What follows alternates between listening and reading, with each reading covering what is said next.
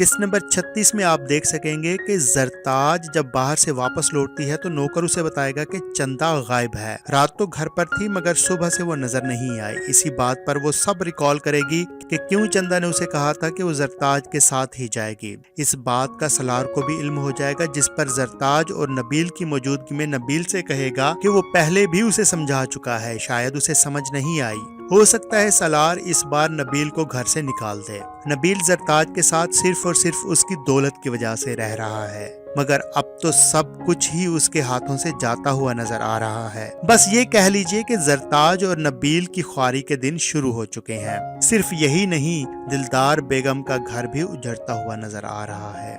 राह चलते सलार और खयाम का टाकरा होगा और साथ में गेती आरा भी होंगी, जिस पर खयाम गेती आरा को गेती बाई कहकर पुकारेगा तो यहाँ सलार खयाम के मुंह पर एक जन्नाटेदार थप्पड़ रसीद करेगा और उसको उसकी औकात याद दिलाएगा। उसको ये एहसास दिलाने की पूरी कोशिश करेगा कि उसने किस तरह अपनों की इज्जत को पामाल किया और उनकी कोई कदर तक न की। उधर जोया अपने बाप से मिलने जेल जाएगी।